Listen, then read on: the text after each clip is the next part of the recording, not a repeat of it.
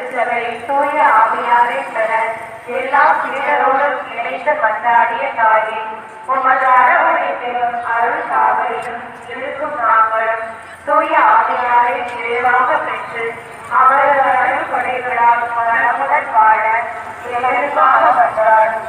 நான் ஆண்டவரின் அடிமை, காணாமூர் திருமணத்தினாக மக்களின் குறை நீக்க உம் திருமகன் இயேசு கிறிஸ்துவிடம் அருள் காவலில் நாங்கள் இறை அன்பிலும் பிறரன்பிலும் வளர நீதி, பொறுமை, சகிப்பு தன்மை,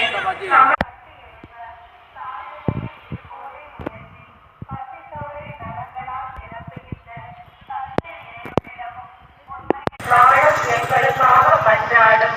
ஆமென்.